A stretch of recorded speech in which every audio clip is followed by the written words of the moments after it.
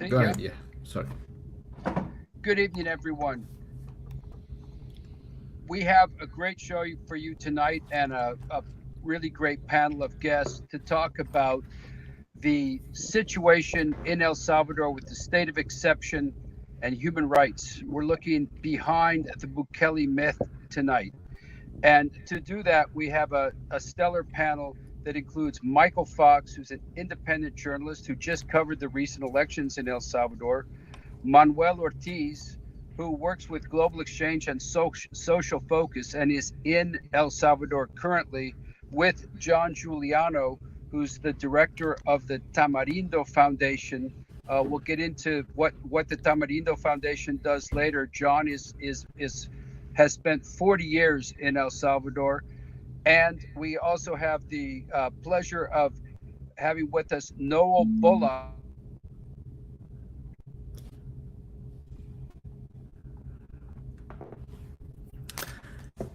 Ted, we cannot hear you. we have with us Good. we have with us uh, Noah Bullock. One moment.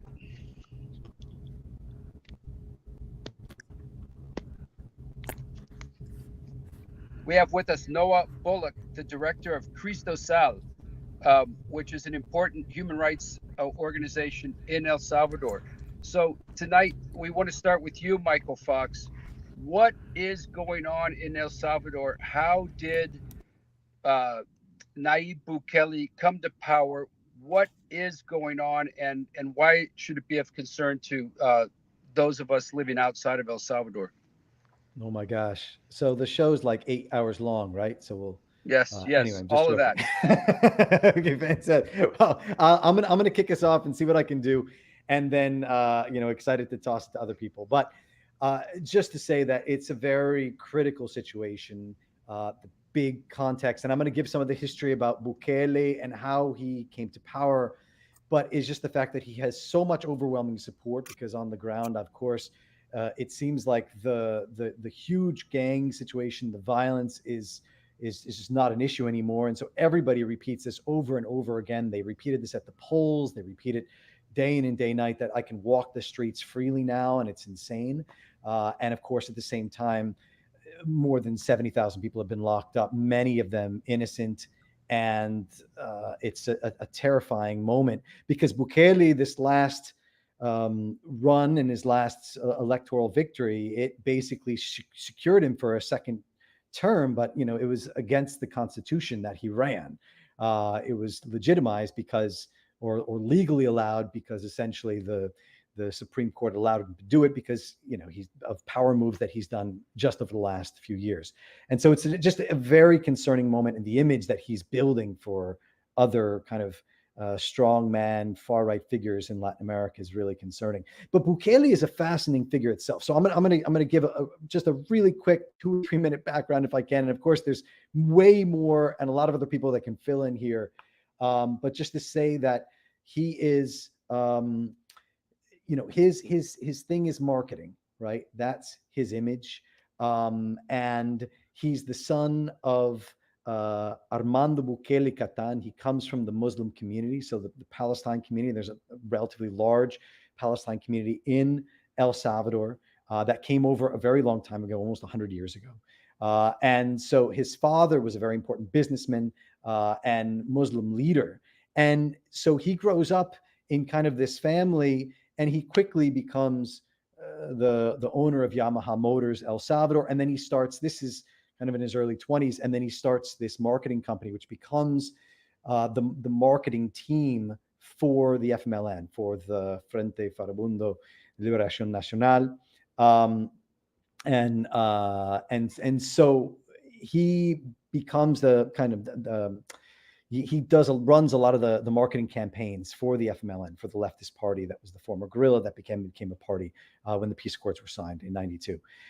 And so coming out of that, kind of in early 2010, 2011, he decides that he wants to run, and the FMLN kind of lets him in the door, and he wins that first election as mayor of Nuevo Cuscatlan. That's like a kind of an upper end suburb on the outskirts of San Salvador. And again, like I said before, his thing is marketing, right? That's what he comes from, and that's how he sells himself. It's all about the image. I'm young, I'm super cool. And he even said this, I think it was last year on his Twitter page, like, strong men bring good times, right? So that's the thing, is he's strong, but he's a super cool strongman that people want to see. And so that's part of what his image does, and that's what he runs on. I'm going to completely change things.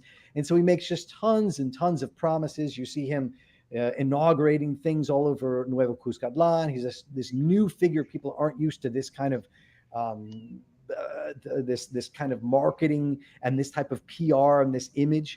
And he just runs away with things. He becomes like the really cool guy on the block. He then wins the mayor of San Salvador if we're in kind of the next mayoral election. So he's moving up, right? And using kind of the pedestal and the platform to kind of get to where he wants to be, really. And there's just one thing I want to say real quick, and I promise I won't take up too much more time. But there's an amazing podcast that was released by Radio Ambulante, which is Bukele, El Señor de los Sueños, kind of the man of the dreams. And they kicked the podcast off going back several years at a time when I don't even think he was mayor of Nuevo Cuscatlan yet, but he goes in to speak to this class of students, and he's like, hey, what do you guys think about populism? Like, how many of you guys like the idea of populism? And they have audio from this moment. And everybody's like, whatever else. He's like, well, this is what we need. We need someone who's going to come in and completely change the rules of the game, who's going to come in and going to offer to the people what they want and is going to bring change. And this is like, they kick the podcast off with that theme and that essence. And that's what he's trying to do, completely rewrite the laws, completely rewrite the rules, like we saw on the night of the elections when he says, this is our democracy. This is what it is.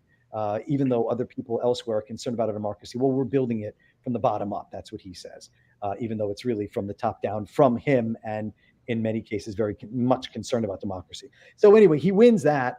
And then there's a situation with the FMLN where it's very clear he's trying to break from the party because the party is not going to allow him to run for the presidency in this next time around, right?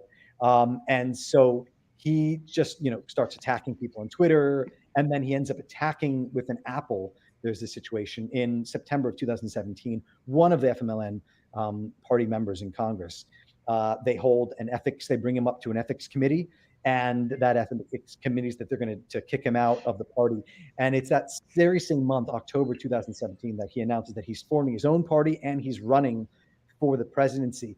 And this is all done. It's all super intentional because he wants to be seen as the victim here. Oh, they've just kicked me out. They don't like me. I'm the victim. And he uses that as a means to really launch himself into the presidency with his new party. And that's how he comes to power in the first time.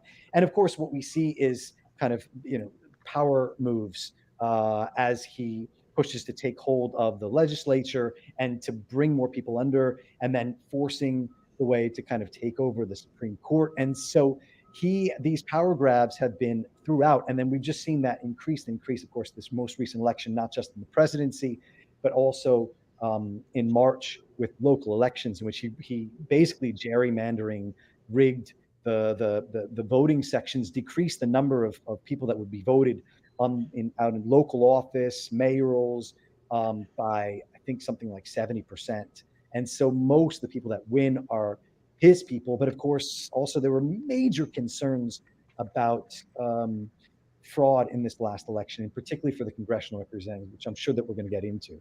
So it's a very concerning moment.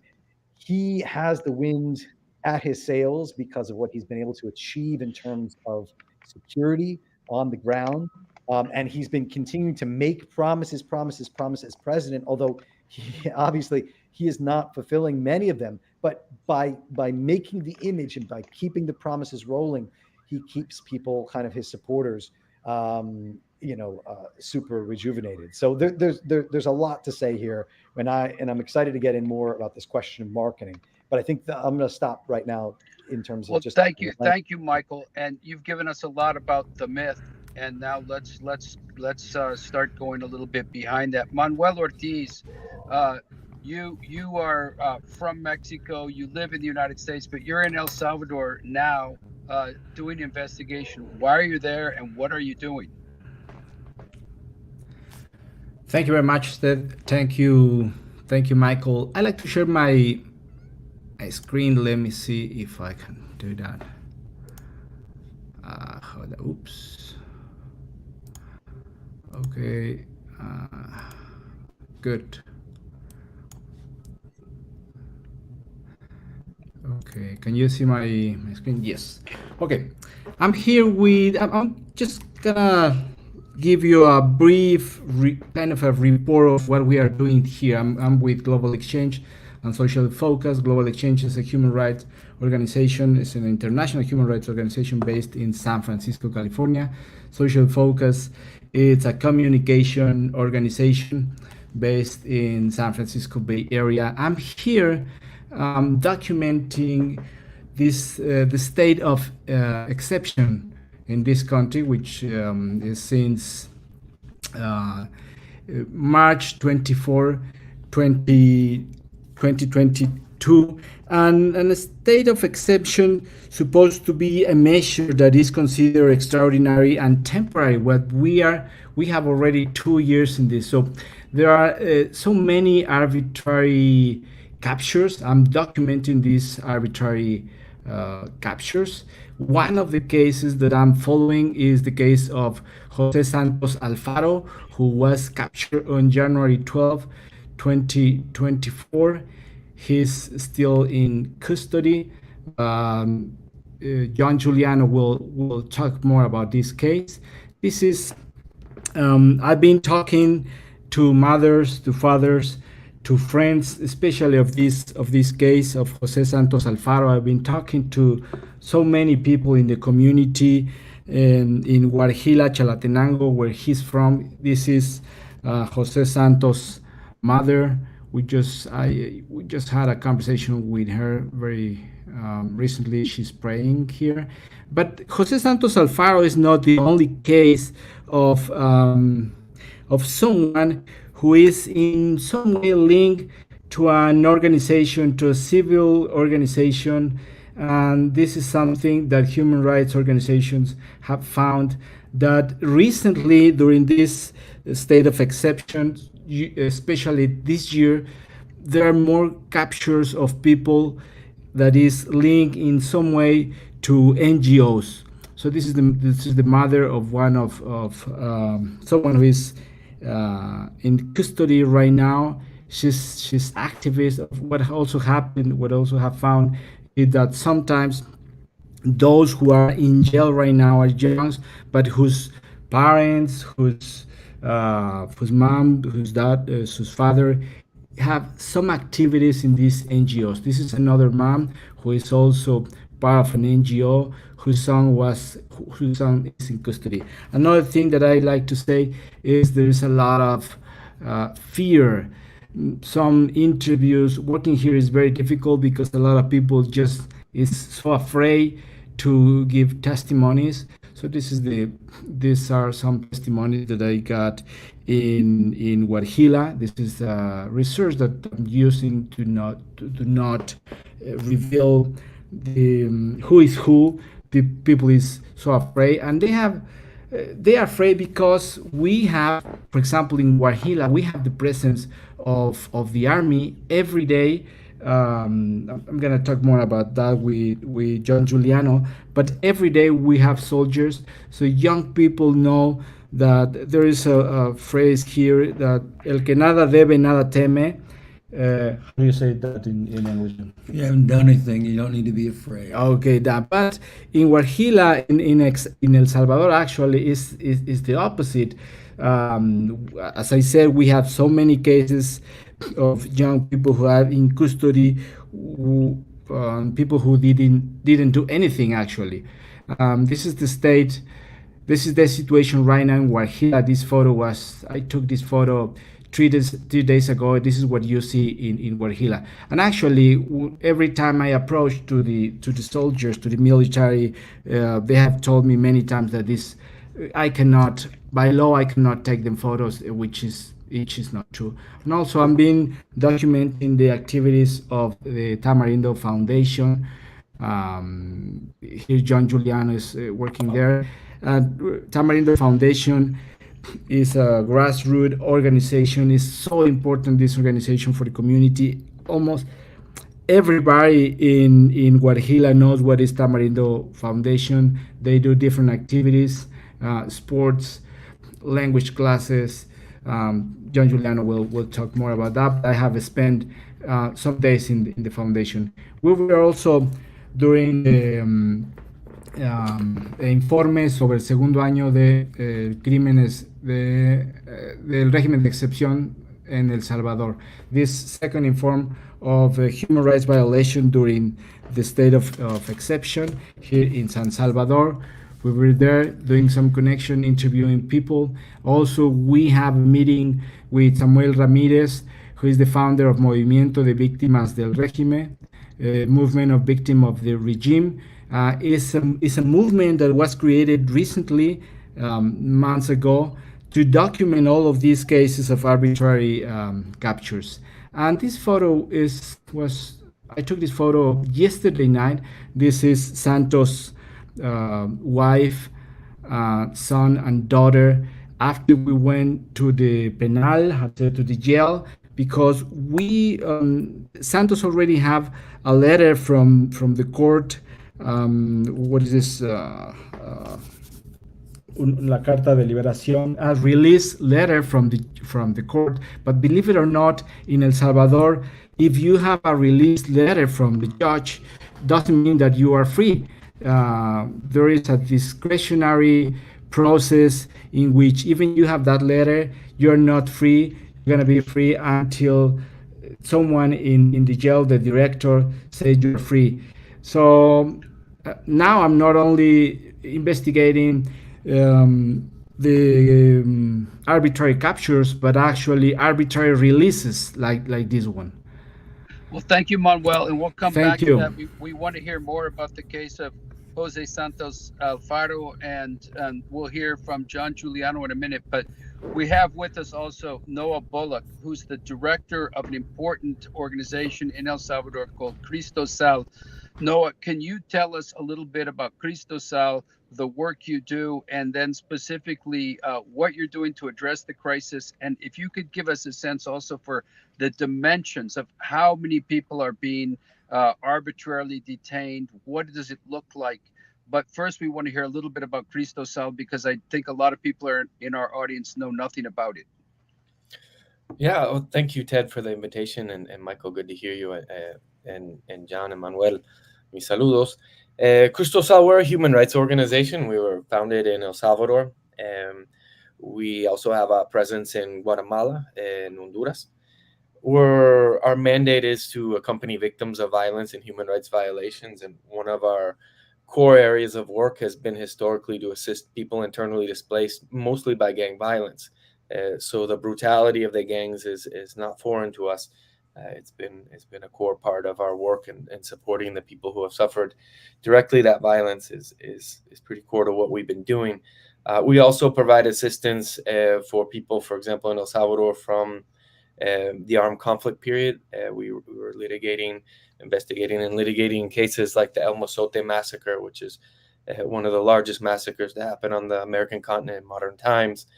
So we assist a range of people fleeing violence, be it from organized crime or from the state. And one of the things we've been doing in all three countries for the last, I would say about 5 years, is monitoring the use of emergency powers and their impacts on human rights.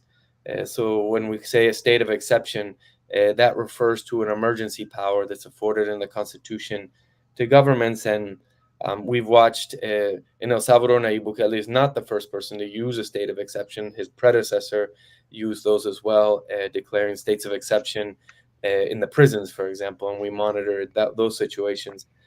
During the pandemic, for example, President Bukele used states of emergency as part of the public health response, but some of the actions that they took were excessive and outside of the framework of what the Constitution allows.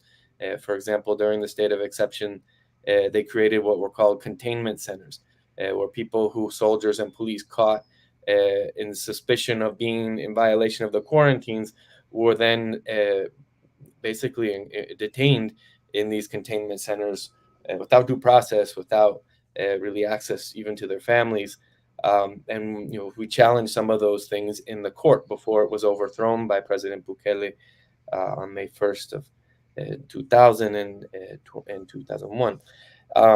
So there's a precedent for using states of exception, and when President Bukele 2 years ago ordered his legislature to declare a state of exception in order to address the gang problem, it was very natural for us to begin to apply the tools that we have to monitor it. One of those tools is an online platform that we have permanently for people who need to request assistance from Cristosal protection, legal assistance, psychosocial assistance.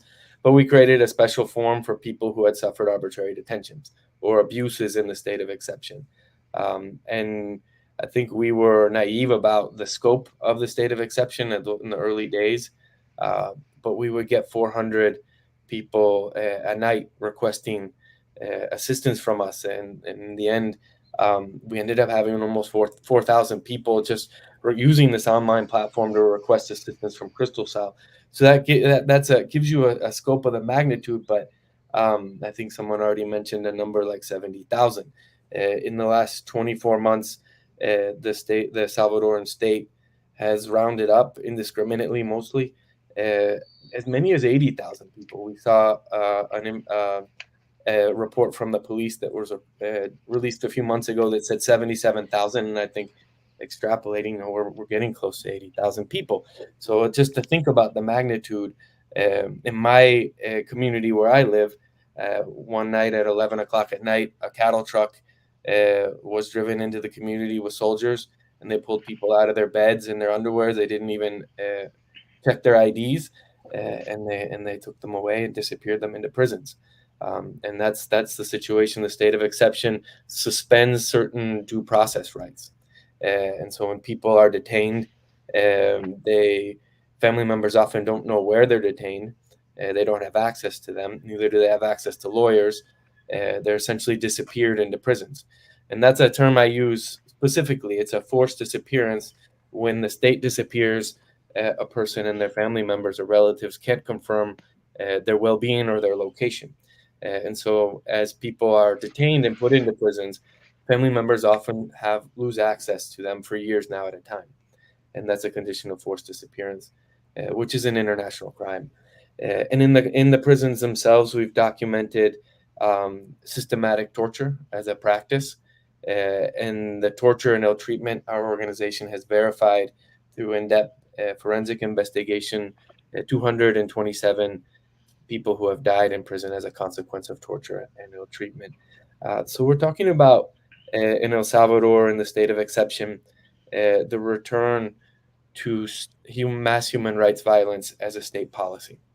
And this is something that when the peace accords were signed in El Salvador, there was a promise made in the society that human rights and human dignity would be at the core of security. And I don't think anybody would doubt that the gangs were a major threat to security and rights. But the use of mass human rights violations as state policy, we don't believe will produce a lasting peace going forward. And that's you asked why is the Bukele model concerning even outside of El Salvador is the popularity of it. The perceptions that are developed through the propaganda narratives about the state of exception lead people to believe that democracy and rights are in some ways obstacles to security. And we think that that's false. Well, no, I live in California, and there's many people in the Salvadoran diaspora who live up here as well. And I run into folks from any number of different places, and many Salvadorans tell me that they love what's going on, that they're very happy about it, that they think it's just great. And I often find that shocking. But what would you say to someone who has that opinion, uh, what should they be also thinking about and perhaps considering? I know you just said a lot of things that were of grave concern, but how do you respond directly to people who have that feeling that this is the best thing that's happened to El Salvador in decades? Mhm. Well, I mean, people aren't crazy. I think that it's rational to feel a change in the security situation in communities. And while at the same time, uh, I hope people, especially Salvadorans living abroad, could imagine the horrors of living without basic guarantees of rule of law. And I think that's the experience, that tens of thousands of Salvadorans now and their families in the state of exception have experienced, being absolutely unprotected in front of the power of the state. The Cardinal of Salvador, the Catholic bishop who was a cardinal, called this a reign of terror. And I think until you're confronted with the terror of the state, it's easy to hold those positions, or even to say that there's a fair trade-off here, even if many innocent people are being arbitrarily detained, tortured, and killed. Then in some way there's a trade-off that was worth it. And I think that there's another piece of this that's important to bring into the conversation, Ted, and that is when we talk about the use of emergency powers from the state. One of the principal objects that should be demonstrated in order to justify the restrictions of rights is the necessity. Why was this the only option for the Bukele administration to exercise control in communities? And I think this leads us to deeper questions about the nature of the way the Bukele administration approached security from the beginning. And what we know now from investigative journalism, indictments by the Eastern District, the Attorney General from the Eastern District of New York, is that Bukele controlled security in the country for the first 3 years through deep alliances with elite leadership of the gangs. They negotiated political benefits with the gangs and the state in order to create the perception of reduced homicides. And so I think that while we don't have all the information, it's also important to remember that the state of exception is inseparable from a long-standing collaboration between the Bukele administration and leadership of the gangs. And the state of exception emerges out of that. And I think that what we have to understand as well is that for many Salvadorans, the violence of criminal organizations, the criminal structures that were the gangs, has been reduced and supplanted by state violence and abuse. And I think that whether people are consciously thinking of this or not, every Salvadoran, I'm a Salvadoran citizen, lives in a state of exception. Nobody doubts that the government can do whatever they want to whoever they want. That's a fact that's undisputable in El Salvador. And nobody doubts that no institution will protect you against threats or actions of the state against you. The difference being in the population is that there's a group of people who believe that that's the way it should be, that President Bukele was sent by God and should control institutions and have absolute power. And then there's a group of people who are the majority who realize that the president and the government can do whatever they want to whoever they want. And the best way to stay safe is to keep a low profile, not to say anything, not to like on Facebook something that could be perceived as an opposition or resistance position. And then there's a group of people who have been already directly victims of the regime, of a dictatorial regime. And so I think that that's important to understand and seeing beyond what you call the myth. I'm not sure it's a myth. I think that there's a popularity that's been constructed by power, and the power has been concentrated into the hands of very few and exercised in authoritarian ways that also are very effective in controlling opinion. Well, thank you, Noah. And let's go behind what you're talking about now and talk about one of the victims in particular, Jose Santos Alfaro, your friend, John Guliano, and someone who I also know, a great man, someone who's run an institution with you for many years. John, talk to us about Jose Santos Alfaro and what has happened. I need to say something to Michael though about his Please. analysis, Go ahead. only because I think you need to add to this. Nayib Bukele just didn't appear because of his genius, but it really was the failure of years and years. I've been around almost 40, complete failure of two major parties that had really no interest in developing people, in the formation of people, right? Very top down. And I bring that up because Santos Alfaro was part of our project. So when the war ended in 92, very top down, and there was a lot written about, about the communities and organizations, but those were really top down organizations.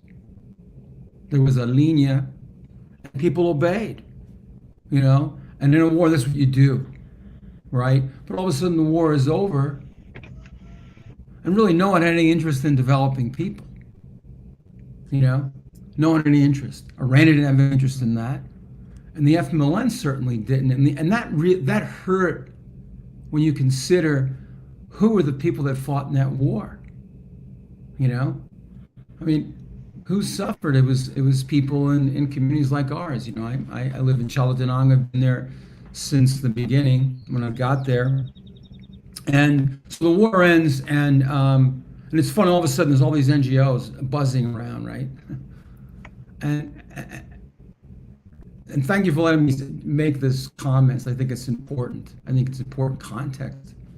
But people didn't have any interest in really developing communities. So Santos was a kid who was as a 10-year-old, was like a natural born leader, And our thing was about all of a sudden responsibility, where poverty wasn't a criteria, and it wasn't about just showing up, right?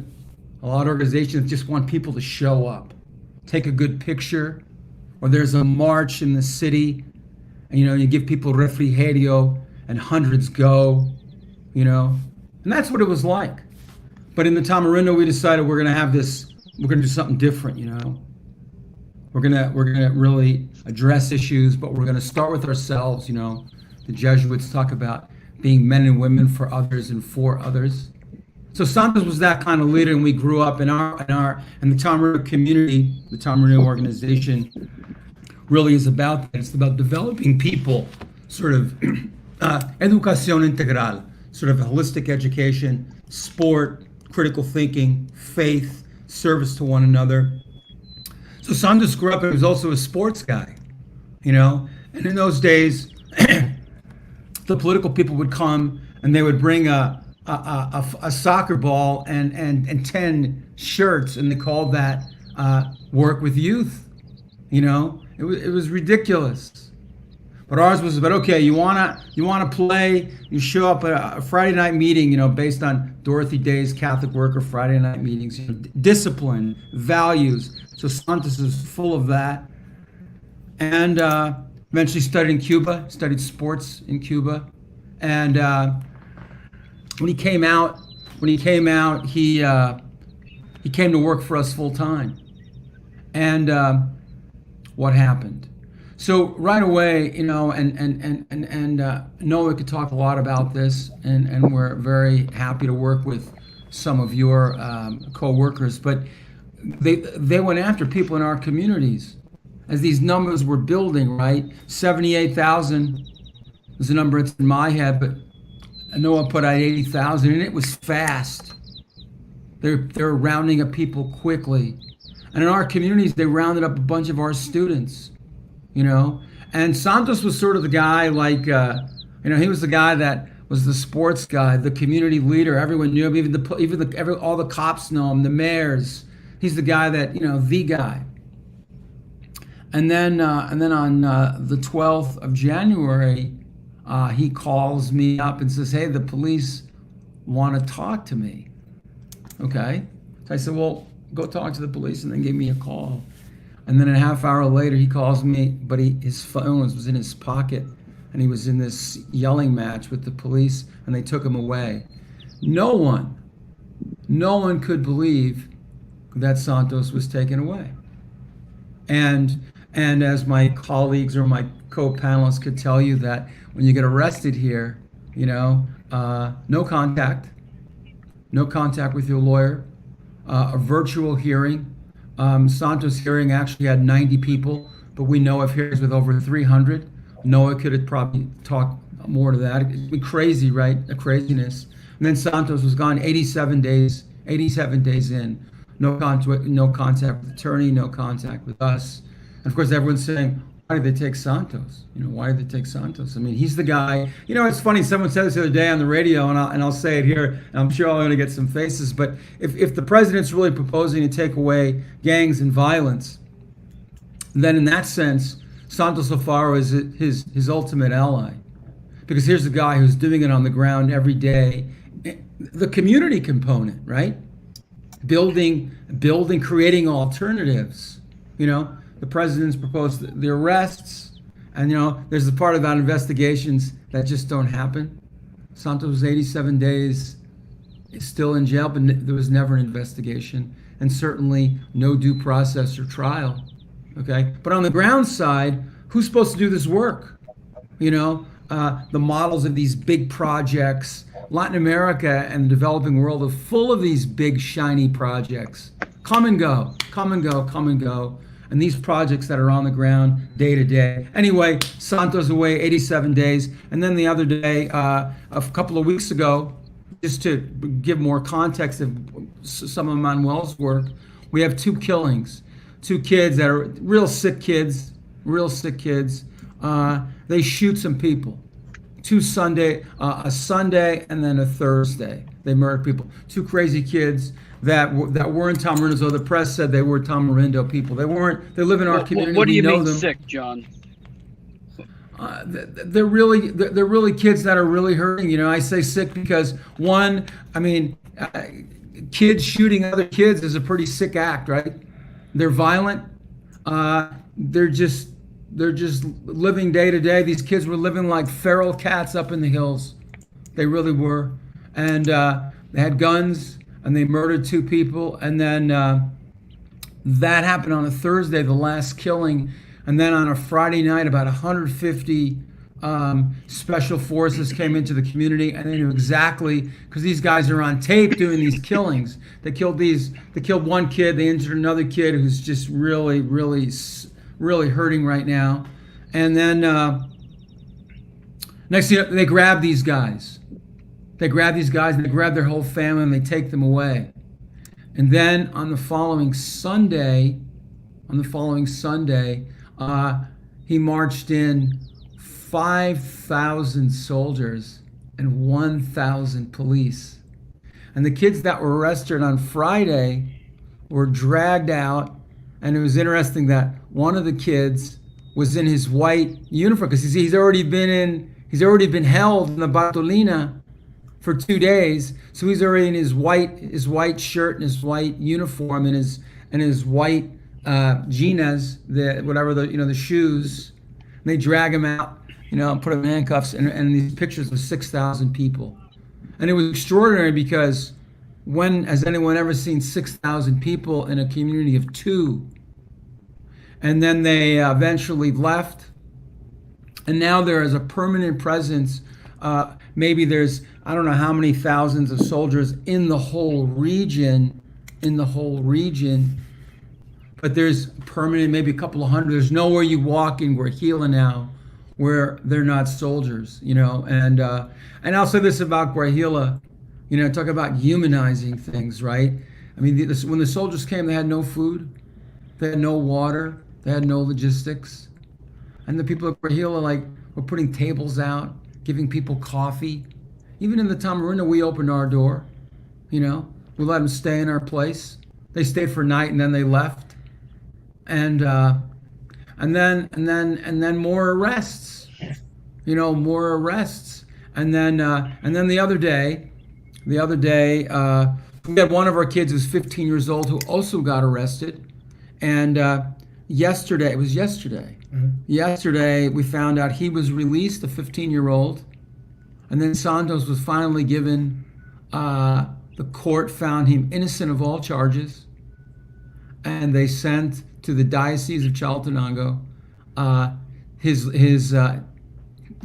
letter of innocence, and his and of course with this letter we jumped in the truck right away.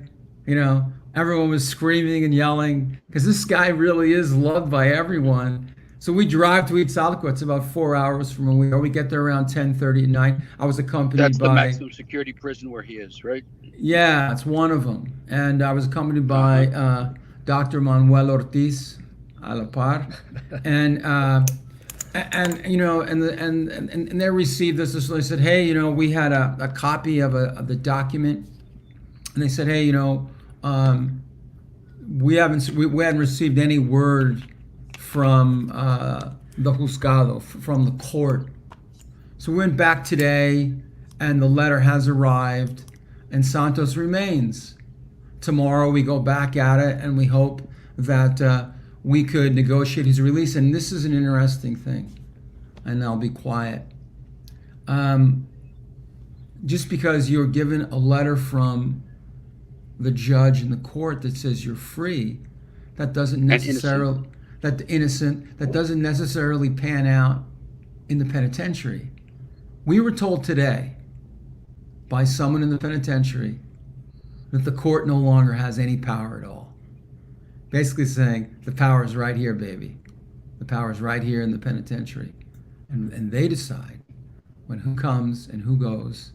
And so right now Santos is still there. We've made a lot of noise, and we're asking, for a long time we're saying, we're asking the president to review Santos's case, saying, hey, why would you take away an important resource from the community? This is a guy that spent his life, 42, starting when he was 10, so over 30 years, really providing sustainable, genuine, a 32-year project of helping kids find a different path, like the real deal, not just showing up with a soccer ball or a fake laptop, like a lot of the programs are. They're kind of fake programs, right?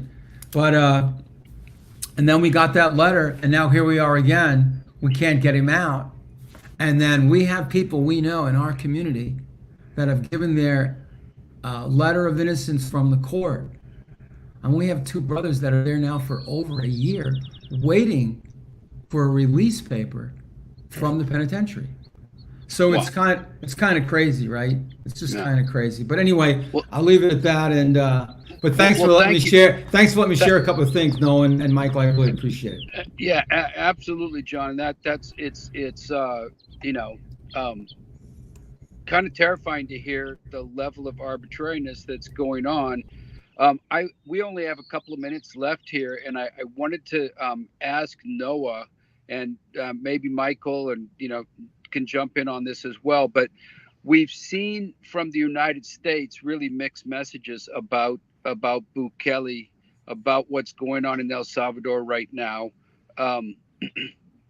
What is the U.S. position as far as you can read it, Noah? And has it shifted? Has it changed? What should we expect, and what kind of pressure as U.S. citizens should we think about trying to put on our own government and our own elected officials regarding this situation?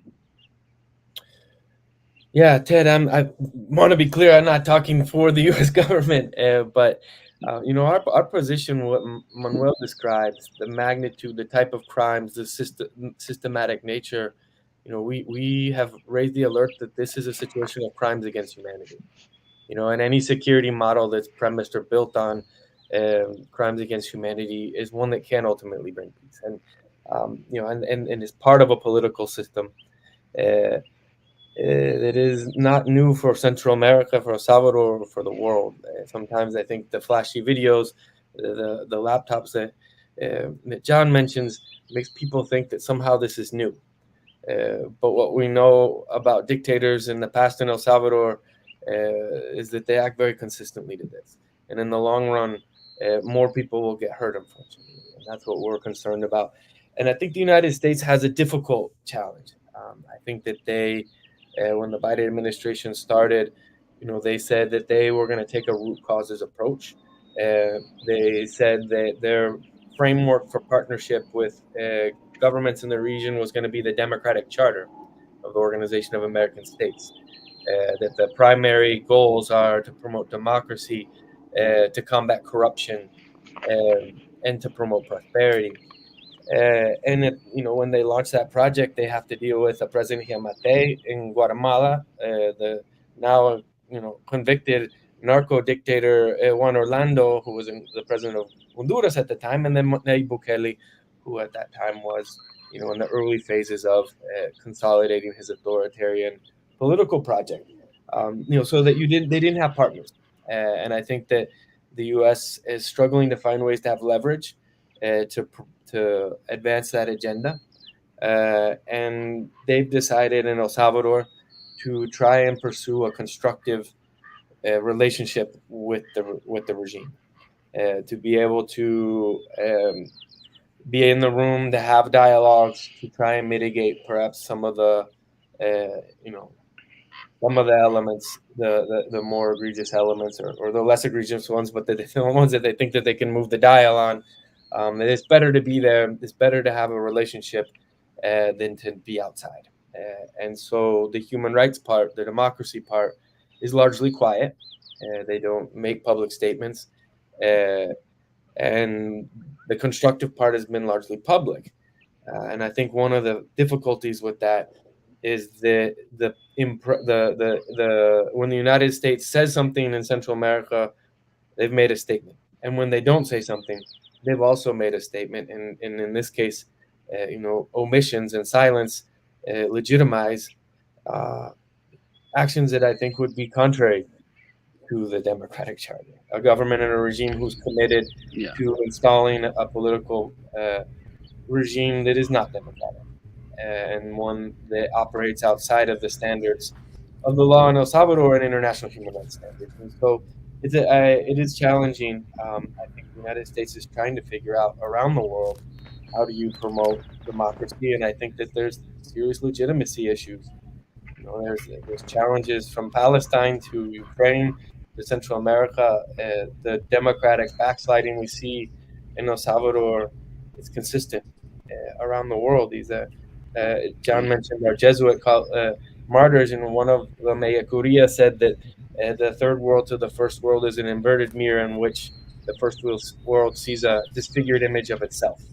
And so I think when outside observers look at El Salvador today, you see many of the patterns that are the challenges that we see globally. Well, thank you for that, Noah. And that's certainly the case that the U.S. has a long and very ugly history with supporting dictatorships and bad government in El Salvador. So let's hope that we can put things on the right track. I think we need to talk about this issue at greater depth and more. And I deeply appreciate all of you taking the time today to talk with us.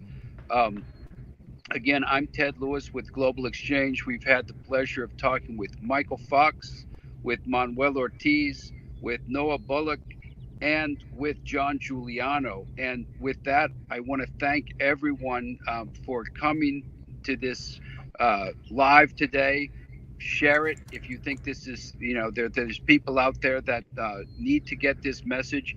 And this is not the last time. We'll be coming back to you with more information. If you want to find out more, subscribe to the Global Exchange page. You can get on our information list so that you'll hear about more webcasts like this.